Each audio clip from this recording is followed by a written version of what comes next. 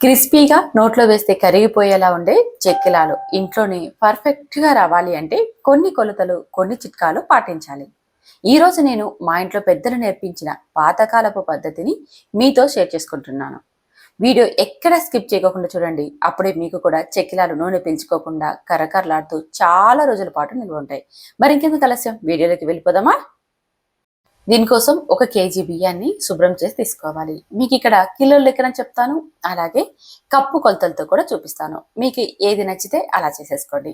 ఇప్పుడు నేను తీసుకున్న బియ్యం రేషన్ బియ్యం అండి. రేషన్ బియ్యం అయితే మనకి ఈ చెక్లాలు మంచిగా గుల్లగుల్లగా వస్తాయి. మీ దగ్గర అవైలబుల్గా లేకపోతే కొత్త బియ్యం తీసుకోండి, పాత బియ్యం కాకుండా. అప్పుడు చెక్లాలు మనకి మంచిగా వస్తాయి. కప్పు కొలతతో అయితే 4 కప్పుల బియ్యం వేసేసుకోవాలి. ఇక్కడ నేను కిలో బియ్యాన్ని 4 కప్పులు వచ్చేలాగా కొలత తీస్తున్నాను. మీరు ఇలా కప్పు కొలత అయినా 4 కప్పులు బియ్యం వేసేసుకోవచ్చు, లేదా కేజీ అయినా బియ్యాన్ని తీసేసుకోవచ్చు. ఇప్పుడు ఈ బియ్యాన్ని 2 నుంచి 3 సార్లు శుభ్రంగా కడిగి నీళ్లు లేకుండా వంపేసి తీసేసుకోవాలి. ఇలా నీళ్లు లేకుండా తీసుకున్నా సరే మనం ఏదైనా చిల్లులు గిన్నెలకు వేసామంటే ఎక్కడైనా వాటర్ ఉంటే అవంతా కూడా వెళ్ళిపోతాయి. అందుకని ఒక 5 నిమిషాల పాటు చిల్లులు గిన్నెలకు వేసేసి పక్కన చేసేసుకోండి. బియ్యాన్ని కడగడం వల్ల చెక్కిలాలు అనేది మనకి మంచిగా గుల్లగుల్లగా వస్తాయి. అలాగే బియ్యాన్ని శుభ్రం చేసుకున్నట్టు కూడా ఉంటుంది. పాతకాలంలో అంటే మా అమ్మమ్మలు అలాగే చేసేవాళ్ళు. అమ్మ బియ్యాన్ని శుభ్రంగా కడిగి బాగా ఆరబెట్టి చేసేది. ఇప్పుడు మనం 4 కప్పులు బియ్యం తీసుకున్నాం కదా, 4 కప్పులకి 1 కప్పు మినపగుళ్ళు తీసుకోవాలి. అవేనండి ఉద్దిబేడలు. వీటిని కూడా 2 నుంచి 3 సార్లు శుభ్రంగా కడిగి నీళ్లు లేకోకుండా తీసేసుకోవాలి. కేజీ బియ్యానికి 1/2 కిలో మినపప్పు అన్నమాట.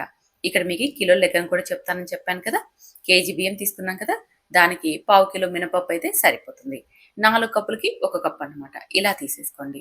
ఇప్పుడు ఈ రెండింటిని పొడి క్లాత్ పైన ఆరబెట్టుకోవాలి. శుభ్రమైన కాటన్ క్లాత్ తీసేసుకొని దానిపైన మనం ఈ బియ్యాన్ని వేసేసుకొని పలుచగా స్ప్రెడ్ చేసామంటే గంట సేపుకి ఇవి మనకి బాగా ఆరిపోతాయి. ఫ్యాన్ గాలి కింద పెట్టేసేసుకోండి. ఎండకు పెట్టకూడదు, అది గుర్తు పెట్టుకోండి.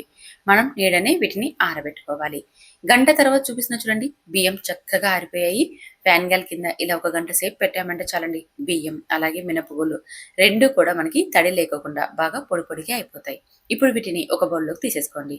వీటిని స్టవ్ మీద మందపాటి కడాయిలోకి కొద్ది కొద్దిగా వేసుకుంటూ మంచిగా ఫ్రై చేయండి. ఎక్కువ వేసేసామనుకోండి మనం ఇలా అటు ఇటు కడపడానికి సరిగా ఉండదు. అందుకని సగం బియ్యాన్ని వేసేసుకొని మంచిగా ఫ్రై చేయండి. చూడండి, బియ్యం ఫ్రై అవ్వాలి, కానీ రెడ్ కలర్లోకి రాకూడదు. లైట్గా వైట్ కలర్లో ఉండాలి. అప్పుడే ఇవి మనకి మంచిగా వస్తాయన్నమాట. మీరు మరీ బ్రౌన్ కలర్ వచ్చేదాకా వేయించకండి, లైట్గా వేయించండి. ఇలా వేయించిన ఈ బియ్యాన్ని ఏదైనా ఒక ప్లేట్లో కానీ లేదా చేతుల్లోకి కానీ తీసేసుకొని చల్లారనివ్వండి. అదే పెనంలోకి మనం శుభ్రంగా కడిగి పెట్టుకున్న ఈ మినపగుళ్ళను కూడా వేసేసుకొని వీటిని కూడా మంచి సువాసన వచ్చేంత వరకు వేయించుకోవాలి. మంట పూర్తిగా లో ఫ్లేమ్లో పెట్టండి. అప్పుడే ఇవి మనకి చక్కగా వేగిపోతాయి. ఇప్పుడు 2 వేగిపోయాయి కదా, పూర్తిగా చల్లారిన తర్వాత మీరు మర పట్టించండి, లేదా ఇంట్లోనే గ్రైండ్ చేసేసుకోవచ్చు. నేనైతే బయటకు పంపిస్తున్నానండి మర పట్టించడానికి. బయట అయితే తొందరగా మనకి పిండి అనేది రెడీ అయిపోతుంది. మీరు కావాలంటే మిక్సీలో కూడా వేసేసుకోవచ్చు. ఇలా పిండిని మెత్తని పౌడర్ లాగా గ్రైండ్ చేయండి, లేదా బయట మరపట్టించండి. చూడండి, పిండి ఎంత సాఫ్ట్గా ఉందో ఇలా ఉండాలి. ఇలా ఎంత సాఫ్ట్గా ఉంటే మనకి ఈ చెక్లాలు అనేది అంత పర్ఫెక్ట్గా వస్తాయి. మనం ఎంత సాఫ్ట్గా మరపట్టించినా లేదా గ్రైండ్ చేసుకున్నా సరే పిండిని అయితే జల్లించి తీసుకోవాలి. పిండిని జల్లించాక ఏ కప్పుతో అయితే మనం బియ్యం మినపగుళ్ళు తీసుకున్నామో అదే కప్పుతో 1 కప్పు పుట్నాల్ని మెత్తని పౌడర్ లాగా గ్రైండ్ చేసి జల్లించండి. చూడండి, ఇలా ఎక్కువ నూక ఉందంటే మరొకసారి గ్రైండ్ చేసేసుకోండి, లేదంటే ఇదంతా ఒక్కసారి గ్రైండ్ చేసుకున్న పిండిని జల్లించేసేసుకొని అంతా బాగా కలిసేలాగా కలపండి. ఇలా పిండి మొత్తం కలిసిపోయాక ఇప్పుడు ఇందులోకి 3 స్పూన్ల దాకా నెయ్యిని వేయండి. నెయ్యి బదులు మీరు కావాలంటే నూనె కూడా వేసేసుకోవచ్చు. 100 గ్రాముల నూనెను వేడి చేసి వేయండి. నెయ్యి అయితే డైరెక్ట్గా అలాగే వేసేసుకోవచ్చు. ఇప్పుడు పిండిలో అంత బాగా కలిసేలాగా కలుపుకున్నాక ఇప్పుడు ఇందులోకి 1 స్పూన్ దాకా వాముని, 2 స్పూన్ల దాకా నువ్వుల్ని, అలాగే మరొక స్పూన్ కలోంజి సీడ్స్ని వేసుకోండి. మీ దగ్గర కలోంజి సీడ్స్ లేకుంటే నువ్వుల్ని 3 స్పూన్ల దాకా వేయండి. తర్వాత ఇందులోకి 1 స్పూన్ చిల్లీ పౌడర్ని వేయండి. అలాగే రుచికి సరిపడా ఉప్పును కూడా వేసేసుకోండి. స్పైసీ ఎక్కువ కావాలనుకుంటే చిల్లీ పౌడర్ని మరి కాస్త వేసేసుకోండి. తర్వాత ఇదంతా బాగా కలిసేలాగా కలపండి. కలిపి రుచి చూడండి. మీకేమైనా ఉప్పు కానీ లేదా కారం కానీ తగ్గిందనిపిస్తే ఇప్పుడే వేసేసుకొని అంత బాగా కలిసేలాగా కలపండి. ఇలా కలుపుకున్నాక ఇప్పుడు ఇందులోకి కొద్ది కొద్దిగా నీళ్ళని వేస్తూ చపాతీ పిండిలాగా తడపండి. ఇందులోకి చల్ల నీళ్ళే వేయాలి, అది గుర్తుపెట్టుకోండి. నీళ్ళను ఒకటేసారి ఎక్కువ వేయకండి, కొద్ది కొద్దిగా వేసుకుంటూ కలపండి. అప్పుడే మనకి పిండి లూజ్ అవ్వకోకుండా ఉంటుంది. ఇలా పిండి మొత్తం అంతా కూడా చేత్తో బాగా కలిసేలాగా కలుపుకోవాలి. ఇలా కలిపాక పిండిని 5-10 నిమిషాల పాటు చేత్తో మెత్తగా చేసామంటే మనం చెక్కిలాలు ఒత్తేటప్పుడు విరిగిపోకుండా పర్ఫెక్ట్‌గా వస్తాయి. చూడండి పిండి ముద్ద ఎంత సాఫ్ట్‌గా ఉందో. పిండి ముద్ద ఎలా ఉండాలి అంటే, మనం చపాతీకి పిండి ముద్దను సాఫ్ట్‌గా తడుపుకుంటాం కదా! దానికంటే మరి కాస్త లూజ్‌గా ఉండాలి. మరి అలా అని ఎక్కువ లూజ్ ఉండకూడదు. అలా అని గట్టిగా ఉండకూడదు. వీడియోలో చూడండి పిండి ముద్ద ఇలా ఉండాలి. చపాతీ ముద్ద కంటే మరి కాస్త లూజ్‌గా అన్నమాట. ఇలా పిండిని తడిపి మూత పెట్టి ఉంచండి. ఎప్పుడు కూడా మూత ఉండాలి. అప్పుడే పిండి అనేది మనకి డ్రై అయిపోకుండా ఉంటుంది. ఇప్పుడు స్టవ్ మీద డీప్ ఫ్రైకి సరిపడా ఆయిల్ పెట్టుకొని చెక్కిలాల పావును తీసుకొని అందులోకి ప్లేట్లను మీకు నచ్చింది వేసుకోండి. నేనైతే సింగిల్ హోల్ ఉన్నది తీసుకుంటున్నాను. పిండిని కొద్ది కొద్దిగా తీసుకుంటూ మళ్ళీ చేత్తో సాఫ్ట్‌గా చేసుకుంటూ పావులో నింపుకొని చెక్కిలాలను ఒత్తుకోవాలి. అలాగే పిండిని తీసుకున్న ప్రతిసారి కూడా మూత పెట్టడం అస్సలు మర్చిపోకండి.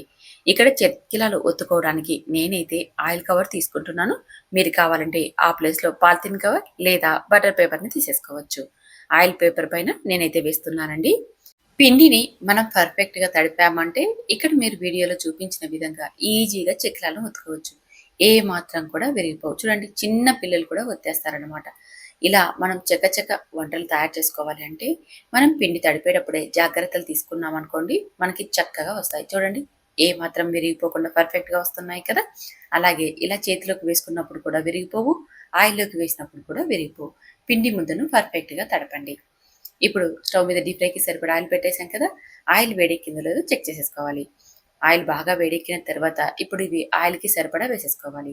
మంటని మీడియం ఫ్లేమ్‌లోకి, హై ఫ్లేమ్‌లోకి టర్న్ చేసేసుకుంటూ వీటిని మంచి రంగు వచ్చేదాకా వేయించాలి. ఎప్పుడైతే చెక్కిలాలు బాగా వేగుతాయో అప్పుడు మనకి మంచి సువాసన వస్తుంది. మనం బియ్యాన్ని, మినపప్పును వేయించాం కదండీ! మంచిగా స్మెల్ చాలా చాలా బాగుంటుంది. రెగ్యులర్‌గా మనం పొడి బియ్యం పిండితో తయారు చేసుకుంటూ ఉంటాం.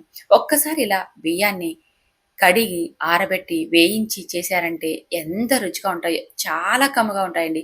తింటుంటే కరకరలాడుతూ లోపల గుల్ల గుల్లగా అది కూడా మనం చాలా రోజుల పాటు నిల్వ చేసేసుకోవచ్చు. మరి మీరు పాతకాలం పద్ధతిలో ఒక్కసారి ఇలా ట్రై చేయండి. ట్రై చేశాక ఈ వంట మీకు ఎలా కుదిరిందో కామెంట్ చేయండి. నచ్చితే మాత్రం ఇలాంటి ట్రెడిషనల్ రెసిపీస్ కోసం సుహాసినీస్ కిచెన్‌ని సబ్స్క్రైబ్ చేసుకోవడం అస్సలు మర్చిపోకండి. అలాగే ఈ వీడియోని మీ ఫ్రెండ్స్, ఫ్యామిలీ మెంబర్ కూడా షేర్ చేయండి. Thank you for watching.